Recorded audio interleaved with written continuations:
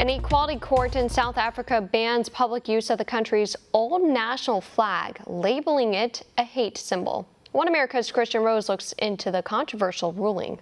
Any display of the old flag constitutes a hate speech. South Africa makes the latest controversial move to advance so-called social justice by banning public display of the nation's old flag. A Johannesburg court ruled Wednesday the banner comprising the flags of the Netherlands, Britain and two Afrikaner republics is a symbol of what it calls racism, hate and division, making its display a hate crime. Violators may face fines and prison terms, although the flag can still be used for artistic and historical purposes. The ruling sparked polarized reactions from across the South African society. This is not banning the old order, but the old flag. But it's ensuring that we build that nation that we imagine of. Simply displaying it, in our view, is not sufficient for it to be hate speech. For it to be hate speech, it has to be coupled with some form of a call to action, to actually inflict harm or something to that effect. The old flag was used by the South African Union since 1928 and was inherited by the South African Republic in 1961.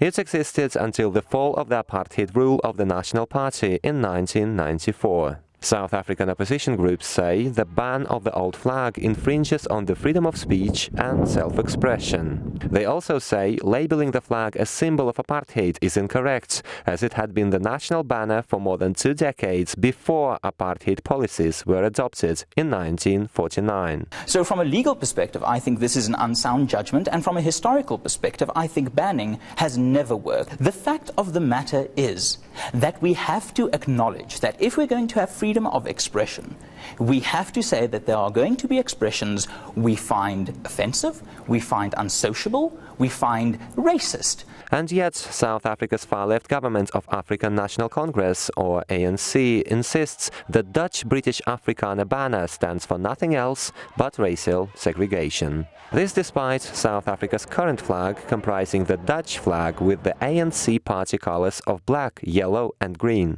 Opposition groups say it's the current flag that's raising questions of the ANC's commitment to democracy and changing governments, as the party has remained in power for an uninterrupted 25 years. People in South Africa who fled the Soviet Union, whose family members were murdered in gulags, in Russian, communist concentration camps, who now have to look at the South African Communist Party's hammer and sickle. Afrikaner rights groups say they will fight the court's ruling to protect the freedom of speech against crippling regulation by the far-left government.